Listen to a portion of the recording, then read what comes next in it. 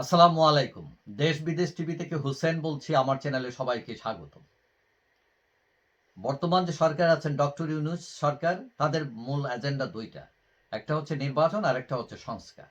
এখন সংস্কার নিয়ে ৬ টা কমিশন হয়েছে। রিপোর্ট দিয়েছেন কেউ এবং সরকার এটা পর্যালোচনা করে রাজনৈতিক দলগুলোকে ডাকবে। তারপর একটা সিদ্ধান্ত হবে যে কি সংস্কার থাকবে, কি করা হবে, কি করা হবে না, ইত্যাদি। এবং এখানেও কথা আছে সেখানে যে ৫০% জনগণের প্রতিনিধিত্ব করা দলগুলোকে আগেই বাদ দেওয়া হয়েছে এবং এইটা যারা আছেন তারাও কতটুকু এটা মানবেন না, কি হবে এগুলো অনিশ্চিত হয়ে গেছে।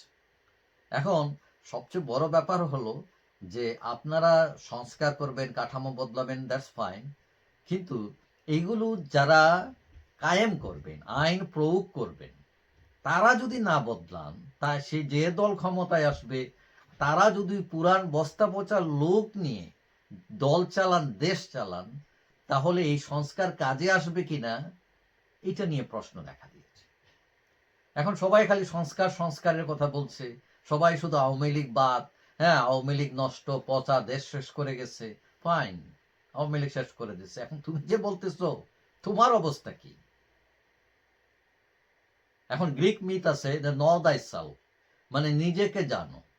এখন নিজেকে জানার কোনো খবর নাই। আমি কে? আমি আয়নায় দেখি না আমি কে। আমি শুধু ওই পরের গীত গাইতেছি। এ খারাপ করে ফেলছে, এই করে ফেলছে, সে ফেলছে। আমি কি করতেছি, আমার লোকজন কি করতেছে, আমার দল কি করতেছে, এইগুলার তো মূল্যায়ন নাই। এখন সবচেয়ে বড় দল হচ্ছে বিএনপি মাঠে, আওয়ামী লীগ যেহেতু নাই।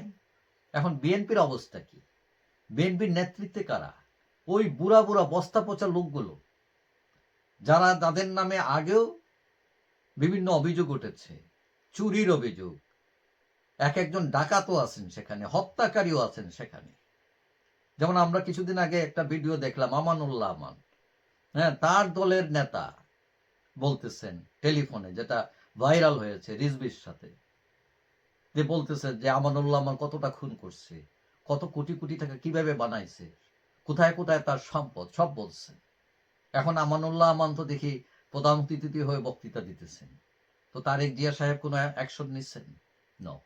সালাউদ্দিন আহমেদ এখন সবার সামনের কাছে এসেই, তিনি ভারতে ছিলেন, এসেই এরসালমের গাড়ি চড়ে সংবর্ধনা দিলেন তিনি।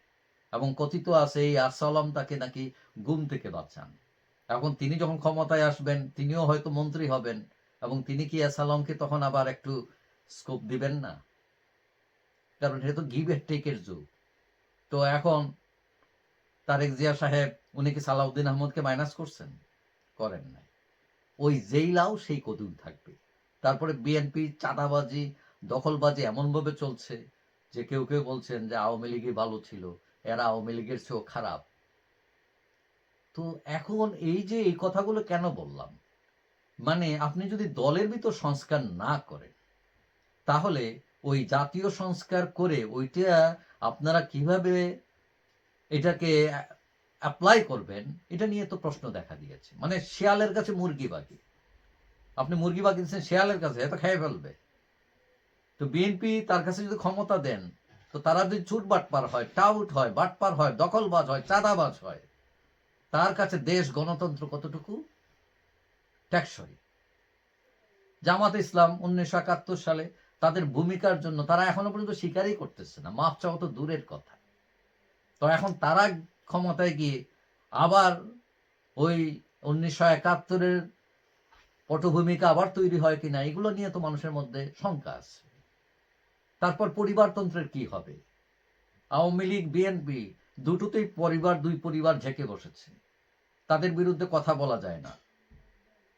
এখানে কি গণতন্ত্রের চর্চা আছে? শেখ হাসিনা যেটা বলেন সেটাই আইন। শেখ হাসিনা যেটাকে অ্যাপ্রুভ করেন এই সভাপতি, যাকে অ্যাপ্রুভ করেন সেই সাধারণ সম্পাদক। কাউন্সিলের ভোটের কোনো মূল্য নাই। কেউ শেখ হাসিনার বিরুদ্ধে কথা বলে দলে থাকতে পারবে? কেউ তারেক জিয়ার বিরুদ্ধে কথা বলে দলে থাকতে পারবে? তো এই যে পরিবারতন্ত্র, এইটাকে কিভাবে বাদ দেওয়া যায়, এইটাকে অনেকটা গণতান্ত্রিক পর্যায়ে রাখা যায়, সহনীয় পর্যায়ে রাখা যায় দলের মধ্যে। কোনো পরিবারের কোনো দলের মধ্যে কোনো উদ্যোগ আছে? তারপর এই যে কালো টাকার আধিপত্য, এগুলো সব দলে, বড় দলে বিশেষ করে এগুলো আসছে। ঋণ খেলাপিদের আধিপত্য। মির্জা ফখরুল, সাধারণ সম্পাদক বিএনপি, তিনি বলছেন যে ঋণ খেলাপি যারা আগামীতে যাতে তারা নমিনেশন পায় তিনি চেষ্টা করবেন। হ্যাঁ, ভালো বলছেন। আসলে তিনি চেষ্টাই করতে পারেন, কারণ তার তো পুরো ক্ষমতা নাই যে বলবেন যে না ঋণ খেলাপিদের আমরা সুযোগ দিব না। কারণ মাস্টার সাহেব তো লন্ডনে, তারেক সাহেব লন্ডনে, উনার ইশারা ছাড়া তো কিছু হবে না। এখন তরুণ প্রজন্মকে যে বড় বড় দলগুলো যারা তারা সম্পৃক্ত করা, কয়টি দল উদ্যোগ নিয়েছে, তারা আবার ভয়ও পায় যে এই পোলাপাইন এসে আবার আমাদের দিকে চোখ রাঙায় কিনা। কিন্তু এদের তো দরকার আছে। আপনি 10 মাইলে ঘন্টায় দৌড় দিতে পারলে সে 20 মাইল দিতে পারবে, তো তার সাথে তো আপনি পারবেন না। তো এখন দ্রুততম মানুষেরও তো দরকার আছে। এখন এই যে তারা দলে এখন আছেন, তারা বড় বড় কথা বলছেন, কিন্তু তারা নিজেরাই তো গণতান্ত্রিক আচরণ করছেন না। আওয়ামী লীগ, জাতীয় পার্টি, 14 দল, এরা বন্ধ, নামতে পারবে না। একটি বৈধ সংগঠনকে আপনি নামতে দিবেন না, তারপরে তাদেরকে বহিষ্কার করে দিবেন, তারা রাজনীতি করতে পারবে না, নিবন্ধন বাতিল, বিভিন্ন ধরনের প্রক্রিয়া চলছে। কিন্তু কেন? কারণ এক ব্যক্তি যদি অদোষ করে সেটার জন্য দল দায়বদ্ধ নয়। আপনি ব্যক্তি যদি অপরাধ করে তাকে শাস্তি দেয়, কিন্তু লক্ষ কোটি মানুষের সংগঠন কিন্তু আপনি বন্ধ করে দিতে পারেন না। তাকে বলতে পারেন না আপনি ইলেকশন করতে পারবেন না, আপনি সমাবেশ করতে পারবেন না, রাজপথে নামতে পারবেন না। What's that? এখন দলগুলোর সংস্কার খুবই জরুরি। যারা বড় বড় কথা বলতেছেন তারা আগে নিজের দলের দিকে তাকান, দল ঠিক করেন, নিজে ঠিক হন, তারপরে রাষ্ট্র ঠিক করতে চাইেন। এটা আওয়ামী লীগ বলেন, বিএনপি বলেন, জাতীয় পার্টি বলেন, জামাত বলেন, সবার ক্ষেত্রে একই অবস্থা। কারণ আমরা গণতান্ত্রিকভাবে দলগুলো পরিচালনা হতে দেখি না, বরং সেক্ষেত্রে জামাত অনেক ব্যাটার। কেউ কেউ মনে করেন, এবং আমি নিজেও মনে করি, জামাত সে তার দলের নীতির সাথে হয়তো আমি নাও হইতে পারি একমত, কিন্তু তাদের একটা গণতান্ত্রিক সিস্টেম আছে এখনো, যেটা অন্য দলগুলোতে নাই, এবং অন্য দলগুলোতেও সেটা করা উচিত। যাই হোক, সবাই ভালো থাকবেন। আশা করি দেখা হবে অন্য কোনো ভিডিওতে ইনশাআল্লাহ।